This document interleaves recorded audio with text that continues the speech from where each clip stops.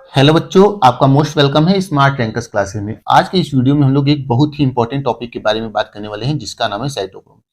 Cytochromes क्या होता है, साइटोक्रोम्स का फंक्शन क्या होता है, साइटोक्रोम्स का स्ट्रक्चर क्या होता है, और साइटोक्रोम्स P450 को ही आज इस वीडियो में हम लोग देखेंगे। तो वीडियो को स्टार्ट करते हैं हम लोग। आप यहाँ से एक अच्छा नोट्स बना सकते हैं यदि आप किसी भी क्लास में हो, और बायो इनऑर्गेनिक का एक मोस्ट इंपॉर्टेंट टॉपिक है।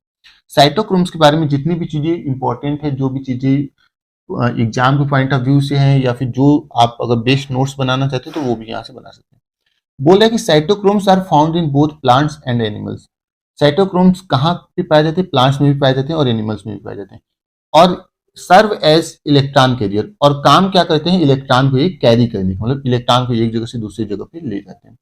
दे contain haem like prosthetic group, मतलब साइटोक्रोम्स में हीम जैसा एक हीम ग्रुप होता है। हीम ग्रुप में एक प्रोफाइलिन रिंग होता है जिसके सेंटर में तुम्हारा मेटल रहता है। तो हीम ग्रुप के बारे में कभी चर्चा करेंगे, लेकिन आपको अभी ध्यान क्या रखना है कि जो साइटोक्रोम होता है इसमें हीम के जैसा प्रोस्थेटिक ग्रुप होता है। यहाँ पे भी हीम ग्रुप में बताऊंगा कि कैसा है, और प्रोस्थेटिक ग्रुप कहाँ पे है वो भी मैं बताऊंगा।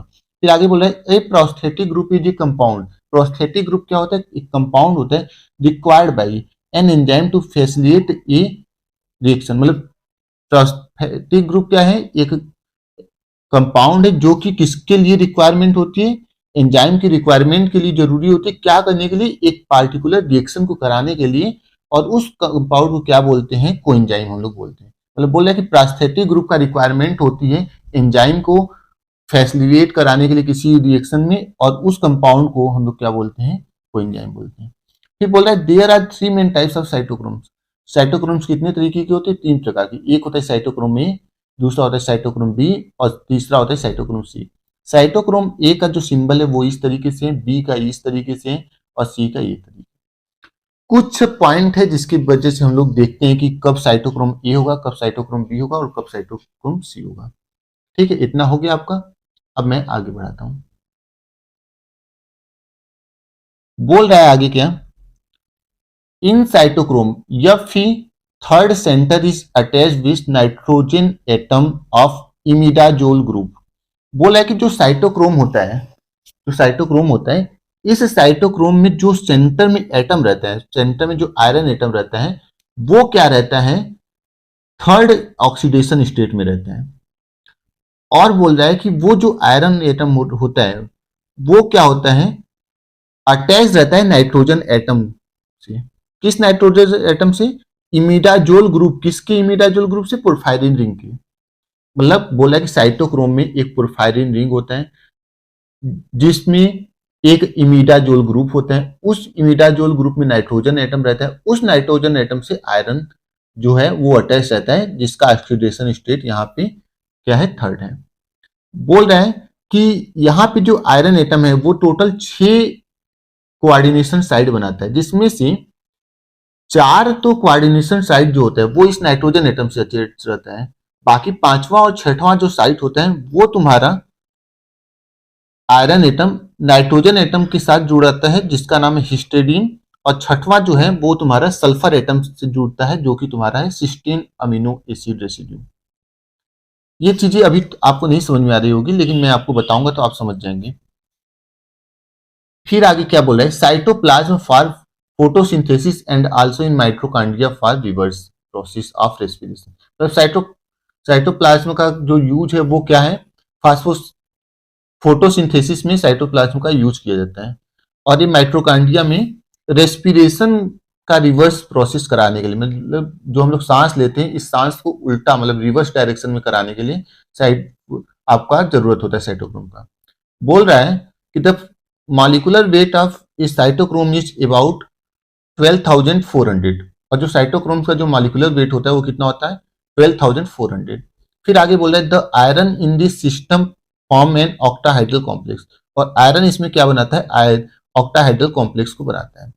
यहाँ पे जो रहता है आयरन एटम वो दो स्टेट में रहते हैं। एक तुम्हारा ऑक्साइड फॉर्म में रहता है, एक रिड्यूस फॉर्म में रहता है। तो जब ऑक्सीडाइड फॉर्म में रहेगा तो उसके पास ऑर्बिटल में 5 इलेक्ट्रॉन आते हैं, और 5 इलेक्ट्रॉन आते हैं तो वहां पे अनपेयर्ड इलेक्ट्रॉन रहते हैं, जिसकी वजह से वो क्या रहता है तुम्हारा? एक तरीके से पैरामैग्नेटिक रहता है। और 6 वाले में भी तुम्हारा क्या रहता है?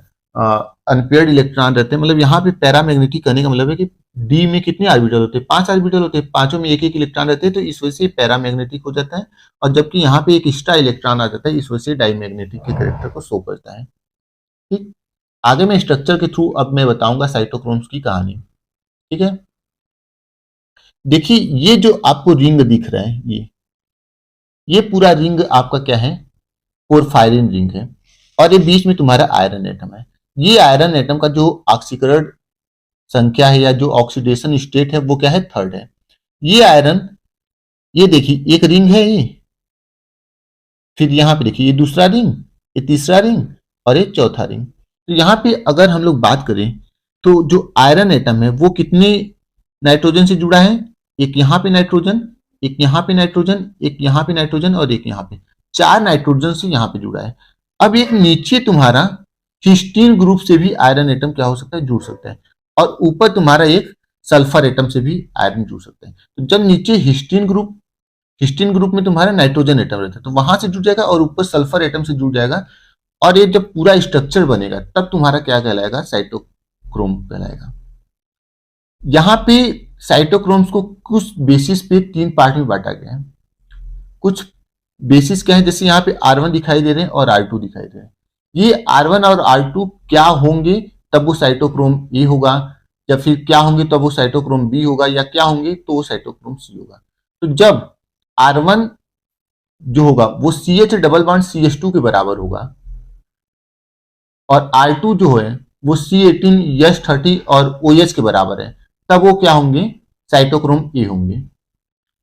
वैसे ही साइटोक्रोम बी क्या होंगे, जब R1 R2 दोनों CH डबल बॉन्ड CH2 के बराबर होंगे। वैसे हीमो, मतलब ये यहाँ पे बोला है कि जो साइटोक्रोम ए है इसमें हीम ए पाया जाता है, और साइटोक्रोम बी में हीम बी पाया जाता है, और साइटोक्रोम सी में हीम सी पाया जाता है। ये भी बता रहा है, लेकिन यहाँ पे बोला है कि R1 R2 दोनों बराबर रहेंगे, और इसका जो वैल्यू रहेगा वो CH CH3 के बराबर होगा। तो उस कंडीशन में क्या होगा, साइटोक्रोम सी पाया जाएगा।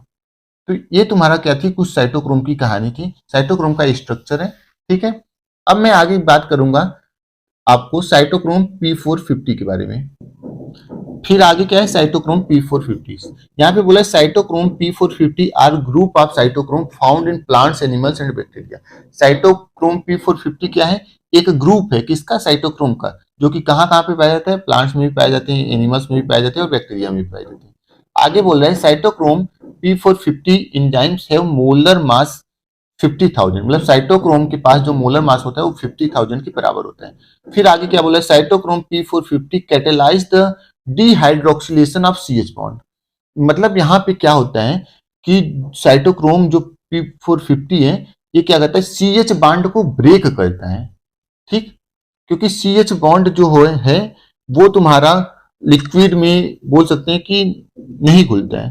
ठीक है ना, इस वजह से साइटोक्रोम क्या करता है, CH बॉन्ड को COH में क्या कर देता है, चेंज कर देता है। मतलब हाइड्रोक्सिलेशन का मतलब यहाँ से हाइड्रोजन हटेगा और OH यहाँ पे आके जुड़ जाएगा।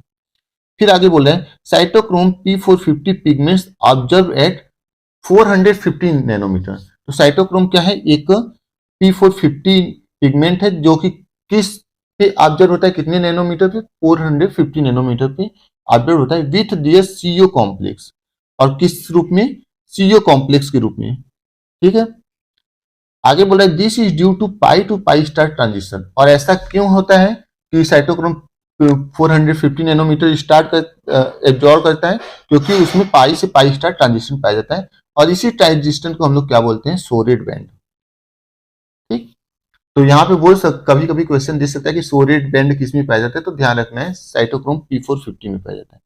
आगे बोल रहा है cytochrome P450 facilitate the cleavage of O2 and act as mono oxygenate catalyst. यहाँ पे बोला है कि साइटोक्रोम P450 जो है वो क्या करता है, O2 को ब्रेक कर देता है, O2 को 2 ऑक्सीजन अलग अलग पार्ट में ब्रेक कर देगा। ठीक, तो यहाँ पे एक ऑक्सीजन तुम्हारा क्या होता है, यहां से CH वाले बॉन्ड को ब्रेक करके एक ऑक्सीजन तो इस कार्बन से जुड़ जाता है, लेकिन एक ऑक्सीजन तुम्हारा वाटर के साथ जुड़ करके, मतलब OH ग्रुप के साथ जुड़ करके वाटर बना लेता है। तो यही बोल रहा है कि act as a mono oxygenate catalyst, मतलब एक ऑक्सीजन ही O2 में से क्या होता है, जुड़ता है। फिर आगे बोल रहा है oxygenase are the enzyme. Oxygenase क्या होते हैं, ऑक्सीजनेस एक ऐसे एंजाइम्स होते हैं that insert oxygen into substrate, मतलब ये क्या करते हैं, सबस्ट्रेट के साथ ऑक्सीजन को जोड़ते हैं, ये सबस्ट्रेट के अंदर ऑक्सीजन को ऐड कर देते हैं। फिर आगे बोल रहे हैं the most important substrate in which C H bond is converted into COH group. तो हम लोग नीचे एक एग्जांपल के थ्रू देखेंगे कि किस तरीके से CH बॉन्ड है वो क्या हो सकता है, COH ग्रुप में ब्रेक हो सकता है।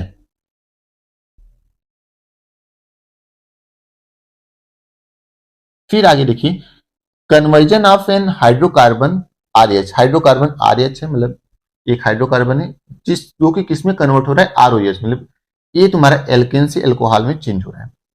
यहाँ पे RH है, O2 है, 2 हाइड्रोजन आयन है और 2 इलेक्ट्रॉन है। प्रेजेंस किसका है, तुम्हारा साइटोक्रोम P450 का है। तो RH से यहाँ वाला जो H है वो क्या हो गया, हट गया, और यहाँ पे क्या आ गया, ऑक्सीजन और हाइड्रोजन आ गया। तो RES किस में कन्वर्ट हो गया, ROH में कन्वर्ट हो गया, और साथ में इसके साथ क्या निकल गया, वाटर निकल गया।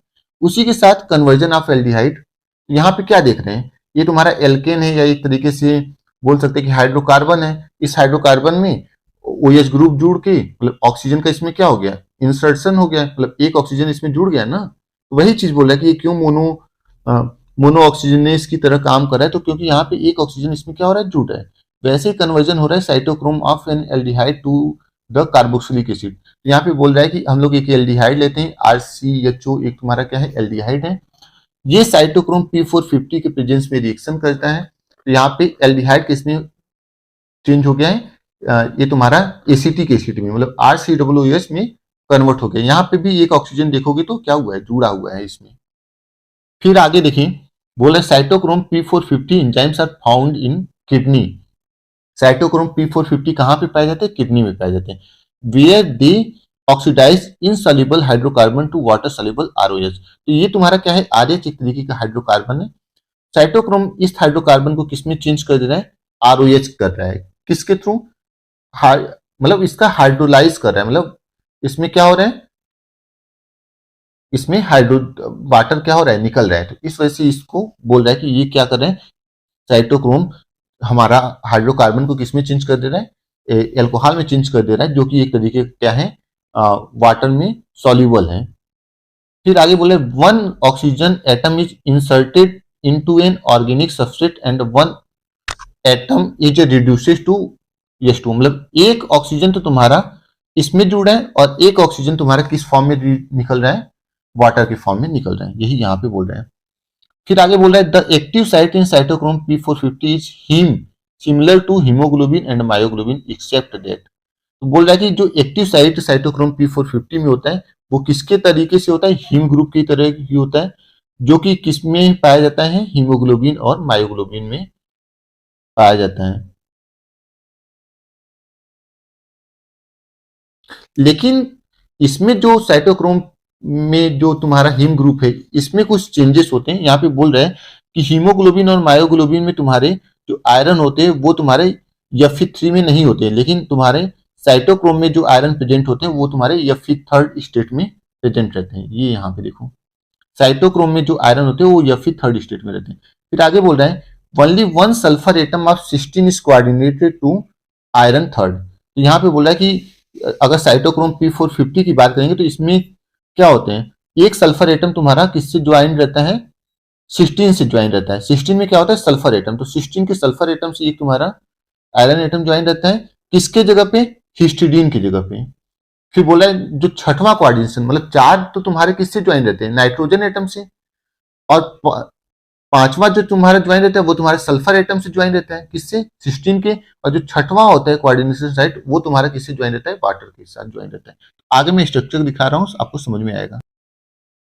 तो ये क्या है, साइटोक्रोम P450 का स्ट्रक्चर है।